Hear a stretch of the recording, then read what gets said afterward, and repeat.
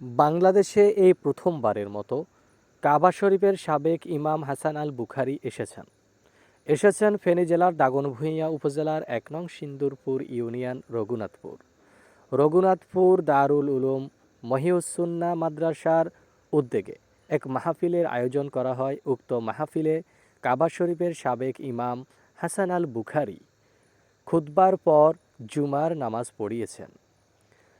হাসান আল বুখারীর ইমামতিতে লাখো মানুষের নামাজ শেষ হয়। নামাজ শেষে সকল মুসল্লি আল্লাহ তাআলার কাছে শুকরিয়া আদায় করেন।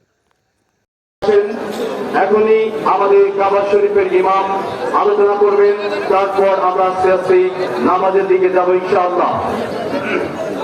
সম্মানিত হাজরিন,